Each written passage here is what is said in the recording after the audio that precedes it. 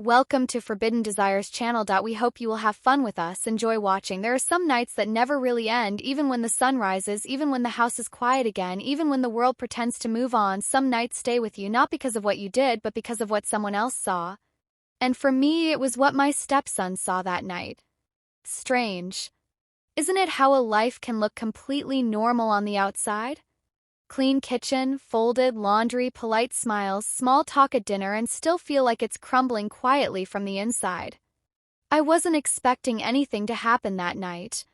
I was just tired, not the kind of tired a nap can fix. Kind of tired that settles in your bones, that comes from being overlooked, unnoticed, unloved in that soft, subtle way that creeps in. Over time, I was standing alone in the kitchen. My husband had gone to bed early. Same as always.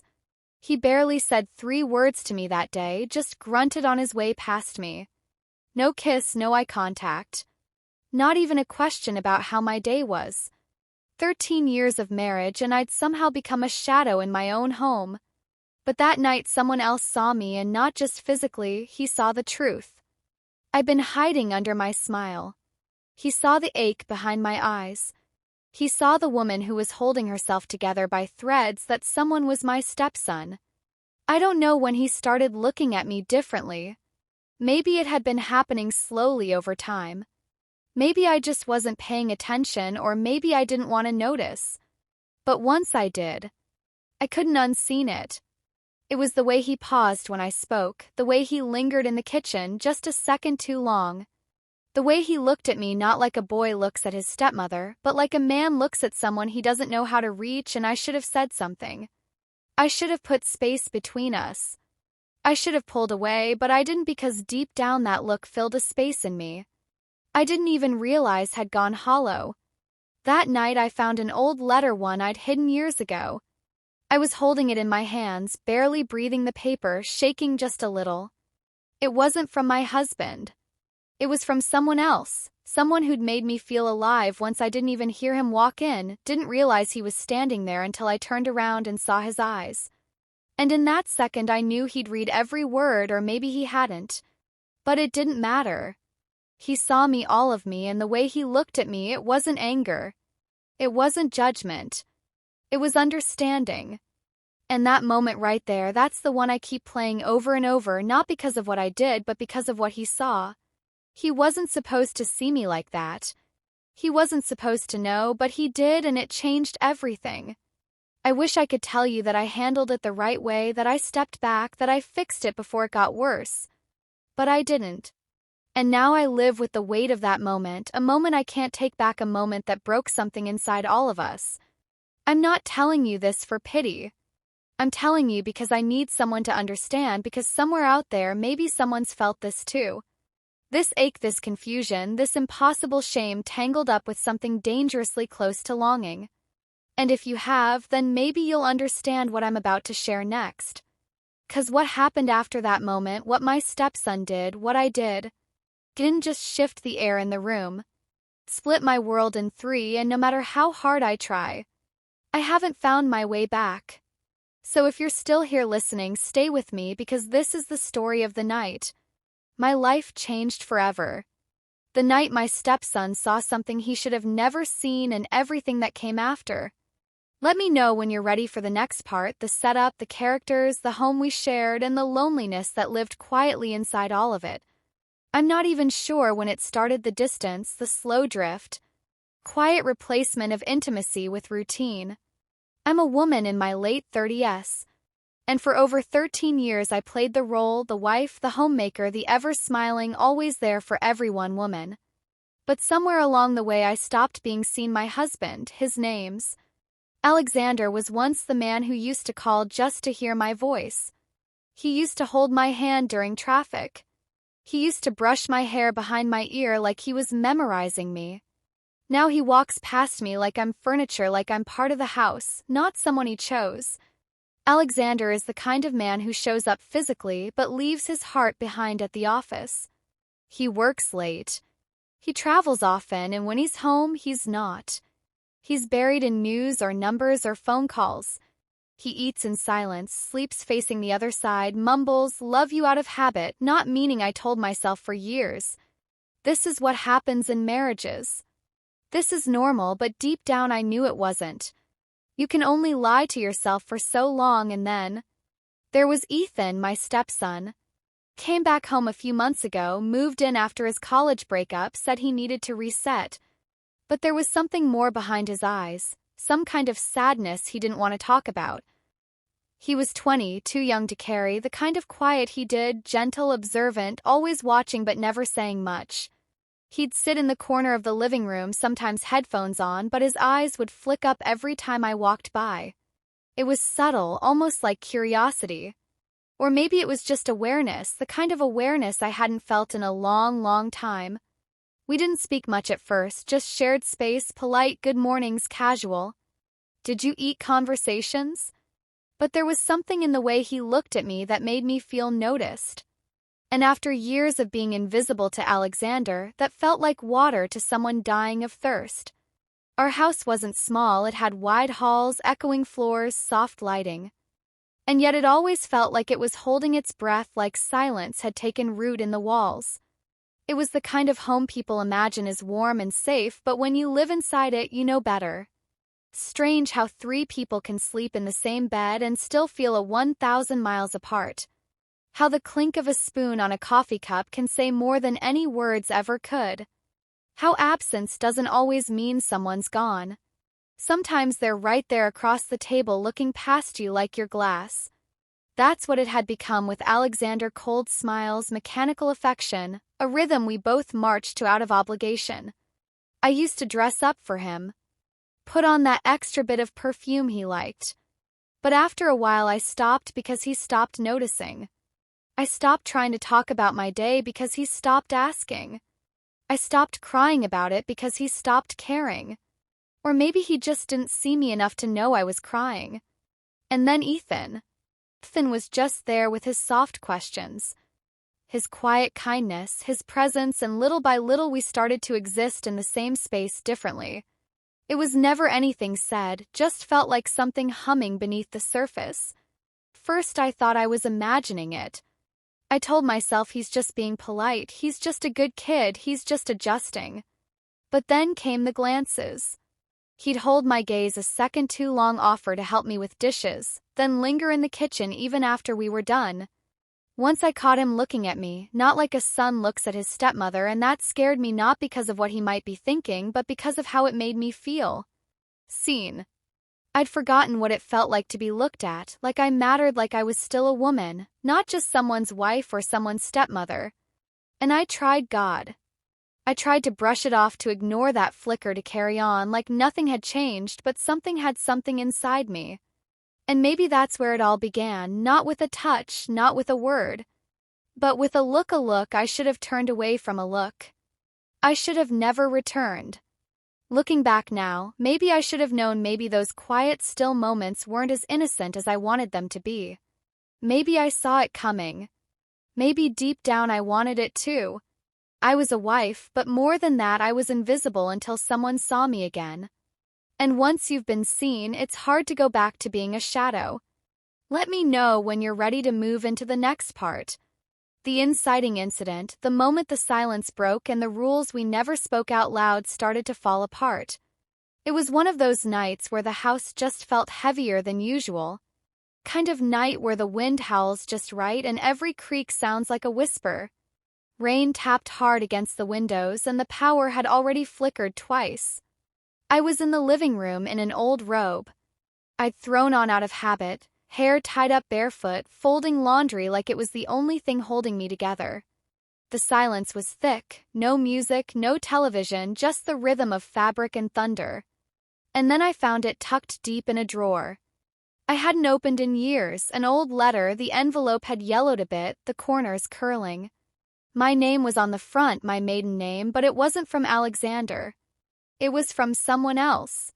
Someone who used to write like loving me was the most natural thing in the world. I sat down on the couch, heart already aching before I even read a word, and when I opened it, it was like stepping back into a version of myself I'd forgotten existed. He wrote things like, "Miss the way you looked at me when you were still soft. I hope whoever you marry doesn't dim your light just to feel brighter." I don't even know why I'd kept it.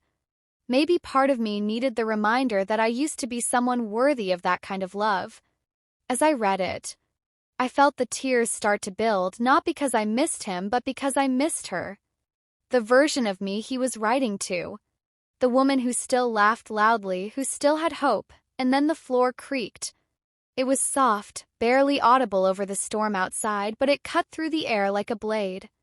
I froze slowly, turned my head, nothing. The hallway was dark, the kitchen empty. I let out a breath I didn't realize I was holding. Told myself it was the house, the wind, the storm, maybe even the dog shifting in his sleep, but I felt it, that chill that runs down your spine when you're not alone. Till I folded the letter back into its envelope, pressed it between 3 books on the shelf, like hiding it. There would erase the way it made me feel, and I went upstairs, tried to sleep, but something didn't sit right. The next morning I came down early. Alexander had already left for work. Typical. No note. No goodbye. Ethan was in the kitchen pouring coffee, but he didn't look at me. He always looked at me that morning, though he kept his eyes fixed on the mug in his hand. Didn't say good morning. Didn't ask if I slept. Just silence, and something in that silence felt different. I watched him out of the corner of my eye, trying not to make it obvious. He looked tired. He looked guarded, like someone who had seen something he wasn't meant to see. I told myself again it was nothing. But then he walked past me without a word, not even a glance, and that silence screamed louder than anything. The rest of the day I was off balance. My hand shook while doing dishes. I checked the bookshelf 3 different times just to make sure the letter was still there. It was. But that didn't calm me, because it wasn't about the letter anymore. It was about what had changed between us, that quiet understanding we used to have. It had shifted, turned heavy. I couldn't explain it, but I felt it in my bones. He knew, maybe not everything, but something. And even though nothing had happened between us yet, it felt like something already had the weight of being seen like that. In such a private, exposed moment, it made the air around him different. It made me different. He didn't ask what the letter was, and I didn't offer. But we both knew. And from that day on, we weren't just 3 people sharing a house anymore. We were 3 people sharing a secret, one that hadn't been spoken but had already started speaking for us. Let me know when you're ready to continue into the part where the emotions start to unravel, where silence becomes glances and glances become something neither of us saw coming. I couldn't stop thinking about that moment. Followed me like a shadow, quiet but constant. Every time I closed my eyes, I saw his face, not angry, not confused, just still, like he knew more than he should have. And I kept asking myself, did he see the letter? Did he read the words? Did his eyes catch the name at the bottom? Did he piece together the truth that those words weren't written by his father? The thought alone made my chest tighten. But what haunted me more than the fear of being found out was the part of me that wanted him to know. I started replaying it over and over, the way he walked past me that morning, head down, voice gone, like he'd taken something with him when he left the room. And maybe he had, maybe he carried a piece of me. I didn't even realize I'd given away that letter. It wasn't just paper. It was a memory, a version of me I hadn't seen in years. It reminded me of who I used to be before all the silence, when Alexander and I were first married. He used to write me little notes, leave them on my coffee mug or tucked under my pillow. "Sweet things, can't wait to kiss you tonight. You make this house feel like home." But somewhere along the line that man faded. He became someone else, someone who gave his energy to clients and meetings and boardrooms and left nothing for me. He stopped noticing the way I changed my hair, stopped asking if I was, stopped reaching for me at night. And I stopped asking for more. I became quiet, convenient, predictable, until Ethan moved back in. And suddenly someone was paying attention again, not in any inappropriate way, at least not at first. But there was a softness in him, a presence. He didn't just see the surface, he saw through it, he noticed. When I wore a different perfume, He asked if I was tired when my eyes were puffy. He listened when I spoke like my words mattered, and that morning after the letter, he looked at me differently. It wasn't just curiosity. It wasn't just surprise. It was like he saw the cracks I was trying so hard to hide, and that scared me. But what scared me more was how much I needed that look. I felt ashamed, guilty, like I was betraying a boundary. I hadn't even stepped across yet, but then I felt something worse. Relief that someone finally saw me, that someone noticed.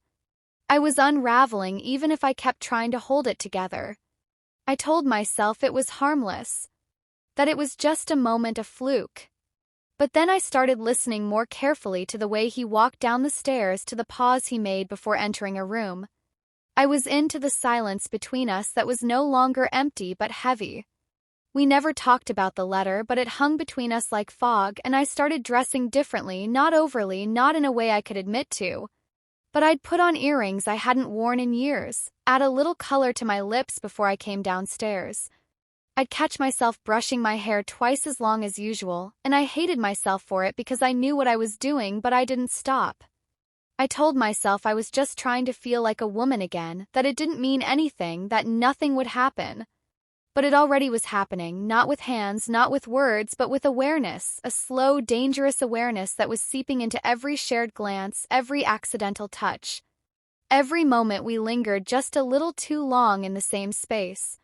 He never crossed a line. Neither did I, but the line. It was blurring, fading, and deep down. I knew if we kept going like this, it wouldn't stay innocent forever. But I also knew I wasn't ready to stop. Let me know when you're ready to continue, because the next part, that's where things began to shift in ways neither of us could undo. The days that followed felt different, not loud, not dramatic. Just off, like something beneath the surface had shifted, but no one had said it out loud. Ethan started lingering more, not in a pushy way, not in a way anyone else would have noticed. But I felt it. He'd stand a little too long in the hallway when I passed, hover near the kitchen door while I cooked, ask quiet questions that felt simple on the surface but somehow reached deeper than they should have. Did you always want to be a wife? Do you miss how things used to be? Do you ever wish you could start over?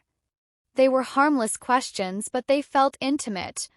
Like he was peeling back layers, not just to understand me, but maybe to give me a chance to understand myself again. And I answered softly, carefully, because part of me wanted to be seen, but the other part was terrified of what being seen might lead to. One evening I came downstairs after putting away laundry and found him in the living room. The fire was crackling low. The whole room was bathed in the soft golden light, and there he was sitting on the rug, legs crossed, eyes locked on the flames, holding the letter. My heart nearly stopped. He didn't look at me right away, just turned the paper slowly in his hands like he was trying to feel the weight of the words through the paper. And then he said, softly, "Was that about my dad?" Question just hung there. No judgment, no anger, just a quiet invitation to tell the truth. And I did know just that one word, but it carried more than a confession. It was an admission of everything we both knew was buried underneath. He nodded, didn't press, didn't pry, just looked up at me. And I swear there was something in his eyes. I can't explain, not desire, not confusion, something heavier, recognition maybe, or loneliness meeting loneliness. Through that night, things began to evolve naturally, slowly, like a tide that didn't rush in but refused to pull back. We started talking more late at night when the house was quiet. He'd find me in the kitchen making tea. I didn't even want, and I'd pretend to be surprised when he showed up. But we both knew I left the light on for a reason. We started sharing little things, a movie. We both liked a story from his childhood. One night I told him about the first time I felt truly unloved in my marriage. He didn't say anything, just listened. And when he did speak, he didn't try to fix it. He didn't dismiss it. He just said, "You deserve more." That night I looked at myself in the mirror and realized I had started dressing differently, nothing bold, just more deliberate lipstick. On nights I knew he'd be around a soft sweater I hadn't worn in years because Alexander never noticed it. Earrings I used to save for anniversaries. I told myself it was for me, but I knew better, and yet nothing had happened. Not really. It was just tea, just conversation, just laughter at a movie. Neither of us were really watching harmless until it wasn't. One night we were sitting close on the couch, closer than usual. The movie was playing, but we weren't really watching. We were talking about something silly. I don't even remember what it was, something about old cartoons, something light. And then there was this pause, no words, no laughter, just silence. But it wasn't empty. It was charged alive. Our hands were resting side by side. And then, as if moved by some invisible force, they touched just barely, just the backs of our fingers. But it lingered too long, too deliberately, and neither of us moved. It wasn't a kiss, it wasn't a confession, but it was something real. Something we couldn't pretend hadn't happened. I remember feeling my breath catch, not from fear, but from knowing in that exact second that we had passed some invisible line. We hadn't stepped over it, but we were standing right on its edge. And then came the night everything changed. Let me know when you're ready to continue, because after that night there was no going back. It happened on a Wednesday, the kind of night that starts off like any other, and ends up changing everything. Alexander was out of town for a conference, gone for 3 nights. He barely said goodbye, just tossed a suitcase into the trunk, and mumbled something about delayed flights. I remember watching him drive off from the kitchen window, not because I missed him, but because for the first time in a long time, I felt like I could breathe. The house was quiet that evening. The kids were upstairs doing homework, watching something I don't know. Ethan had gone out for a bit, and I was in the kitchen alone. There was music playing low, soft, something old that reminded me of who I used to be. I poured myself a glass of wine, red, full-bodied. Too much, maybe. And as I leaned against the counter just for a second, the stem of the glass snapped clean. It hit the floor and shattered like the sound of something you can't pretend didn't break. I stared at the shards like they were speaking to me, like they were daring me to feel something. And I did not because of the glass, but because it was the first thing in months that had felt like a release, like the silence inside me had finally cracked. The tears came before I could stop them. Quiet. Steady, and then not so quiet. I sank to my knees right there on the kitchen floor. My hands trembling, blood slowly pooling from a small cut in my palm, the wine soaking into the hem of my robe. It was pathetic probably, but it was real. I didn't even hear the door open. But then he was there, Ethan, no words at first. Just the sound of him stepping into the room. And then without asking, he knelt beside me. His hands were warm, steady. He reached for a towel, gently took my hand, wrapped it, held it. Neither of us spoke, not at first. And then he said so softly I almost didn't hear it. You deserve more than this. I don't know what broke more in that moment, my heart or my resolve. Because when I looked at him, really looked, I saw someone who meant it. Someone who wasn't just seeing the blood, but the bruises. I never let anyone notice. And I saw something in his eyes, something I knew I should run from. But I didn't, because what I felt in that moment was in danger. It was recognition, it was comfort.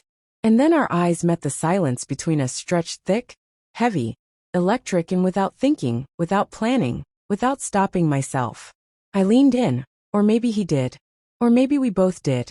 And we kissed, soft, careful at first, then desperate. Like 3 people clinging to the edge of something neither of us could name. I should have pulled away. I should have stopped it. I should have remembered every reason it was wrong. But I didn't, because in that second there was no past, no titles, no consequences. Just 3 people trying to feel alive again. And then a sound behind us. The door creaked open. We froze. I turned my head, heart pounding so hard I could barely breathe. And there he was, not Ethan, not me, but my youngest, standing in the hallway, eyes wide, mouth slightly open, watching. We didn't move, we couldn't. Time stopped. But then I felt it, another presence, a shift in the air. And I knew before I even turned it wasn't the little one. I feared it was who was standing behind him. It was my husband. Let me know when you're ready to continue, because what came next wasn't loud. It wasn't a fight. It was something worse. Silence that cuts deeper than any scream ever could. The silence that followed wasn't the kind that heals. It was the kind that suffocated. No one said a word. Alexander looked at me, not with rage, not with betrayal, just something hollow, something I couldn't name. He didn't shout, didn't ask a single question, didn't demand an explanation. He just turned around and walked away. And that cut deeper than if he had screamed. Because at least with screaming, there's still passion, still pain, still something alive. But what he gave me was nothing, just a cold, complete absence. The kind of emptiness that tells you you've already lost. I stood there for what felt like forever, my hands still wrapped in that towel. My heart thudding in my chest so loudly, I could barely hear anything else. Ethan didn't move either. He backed away slowly, like a ghost retreating from a room he didn't belong in. No words, no apology, no glance, just guilt in his eyes and something else. Shame, maybe, or grief. Or maybe the slow realization that we had just broken something that could never be unbroken. I slept alone that night, not just in bed in the whole house, because even with the kids under the same roof, even with Ethan upstairs in his room, I was alone in a way I had never felt before. Not invisible, not ignored, isolated. By morning, Alexander was gone, his suitcase, his keys, his shoes by the door, all gone. He'd left for work like nothing happened, like he hadn't walked in on something that shattered his marriage. No note, no text, no cold breakfast left out on the table, just absence. And Ethan, he avoided me completely. No more quiet kitchen conversations, no more lingering glances. He stayed upstairs, doors closed, music too loud, eyes averted when we passed each other in the hall. The boy who used to see through me now refused to look at me at all. And the worst part wasn't his distance. It was knowing I deserved it. I kept thinking about that kiss. Replay after replay, wondering when the moment had shifted from comfort to collapse. And my youngest, he was the only one who still spoke to me. But even that came with questions I couldn't answer. Why did Dad look so angry last night? Why is Ethan so quiet? Did I do something wrong? I wanted to hold him, tell him no, tell him he hadn't done anything. But how do you comfort a child when you're the reason? The whole house feels colder. I waited day after day for someone to say something, for Alexander to call, for Ethan to explain, for even a confrontation, just to break the stillness. But it never came. There were no slammed doors, no tearful fights, no final ultimatums, just silence. And that silence, it was louder than any scream could have been. It echoed through every room, followed me down. Every hallway, sat with me at the dinner table, like a ghost I couldn't shake. And in that silence I started to feel something new, not guilt, not shame. Loss, not just of Alexander or Ethan, but of the version of me that still believes some things were too sacred to break. Let me know when you're ready to continue, because what comes next isn't about what I did. It's about what I had to live with after. How did I get here? How does a woman who just wanted to be held become someone she barely recognizes? I keep asking myself that, not out loud, just in the quiet moments when the dishes are done, when the lights are off, when the kids are asleep and the silence finally settles in and there's nothing left to do but listen to the aichi inside your own chest. I remember being a girl sitting at my tiny desk with notebook paper and a pink pen, writing stories about perfect families, the kind where the mom and dad always kissed goodnight, the kind where arguments never lasted more than a few minutes, kind where real love was enough.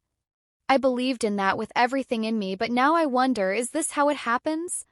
Is this how all those stories fall apart? Not with shouting, not with betrayal, thrown like daggers, but quietly, softly, in the form of slow mornings and unanswered questions, in the form of forgetting to say I missed you after a trip. In the way a man looks past you at dinner like he doesn't even notice that you're shrinking day by day? Was I selfish? Or was I just starved for affection, for validation, for the simple human need to be wanted? It's not an excuse, God knows it's not, but it's the only way I know how to explain it. I didn't go looking for anything. I didn't wake up one morning thinking, today's the day I lose myself, but it crept in small ways, the kind that feel harmless until they're not: a glance, a question, a shared silence that turns into something heavier than words. Did Ethan come too close, or did I invite him in with my silence, with my loneliness so loud it echoed through the walls of this house? I don't know anymore. I really don't. All I know is, I haven't told anyone what truly happened that night, not my sister, not my closest friend, not even a therapist, because saying it out loud would make it real. And some things you pray will stay buried. But I see it. Every time I pass a mirror. I see a woman with tired eyes, with questions she can't answer, with regrets, too heavy to carry and too sharp to set down. And sometimes if I look just long enough, I don't even see a woman anymore. I see a moment one. I wish I could let me know when you're ready for the final parts, because after everything the questions don't stop, they just get quieter and they linger.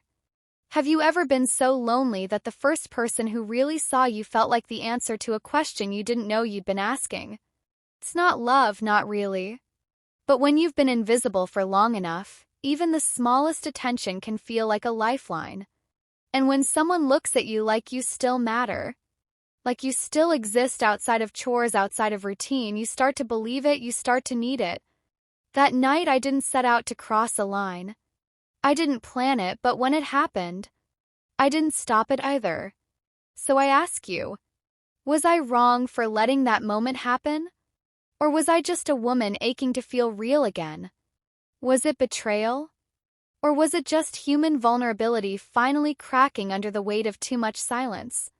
I don't know anymore. Maybe I never did. But if you've ever felt something similar, if you've ever questioned your own actions in the dark, if you've ever wondered where the line really is between right and needed, then maybe you'll understand me even if you don't forgive me, and maybe you'll share your thoughts, because sometimes hearing someone say I've been there too is the only thing that makes this kind of pain feel less heavy. So tell me, was this betrayal or just human vulnerability exposed? Tell me in the comments, I'll be reading. 'Cause tonight I don't want to feel alone in this, and if these stories move you, break you, make you pause, then stay with me, like this video, subscribe to Shocking Infidelity Saga, because here we don't just tell stories. We unravel the human heart, and trust me, mine is still unraveling. Loneliness doesn't always knock loudly, doesn't show up in obvious ways. Sometimes slips in through the cracks between half-finished conversations at the dinner table, between the space and your bed that's been cold for too long, between the smiles you fake for the kids and the tears you wipe away before anyone sees. And sometimes the people who see you in that fragile state aren't the ones who should. Because not every connection is meant to be touched, not every glance deserves to be returned, and not every ache deserves to be answered. But when you're starving, even crumbs can feel like a feast, so guard your moments, guard them with everything you have, because the ones you ignore, the ones you tell yourself don't matter, those are the ones that can become the moments you regret for the rest of your life. And if you're listening now, if you're still here with me, I hope you walk away from this story, not with judgment, but with understanding, because sometimes the line between right and wrong is just one heartbeat long, and I crossed it without ever meaning. To let me know when you're ready for the next story. Because in this house of quiet betrayals, there's always another secret waiting to be. My story ends here. If you feel that this story is meaningful and brings useful lessons, please like and subscribe to the channel to support me. Thanks for listening, and see you in the next videos.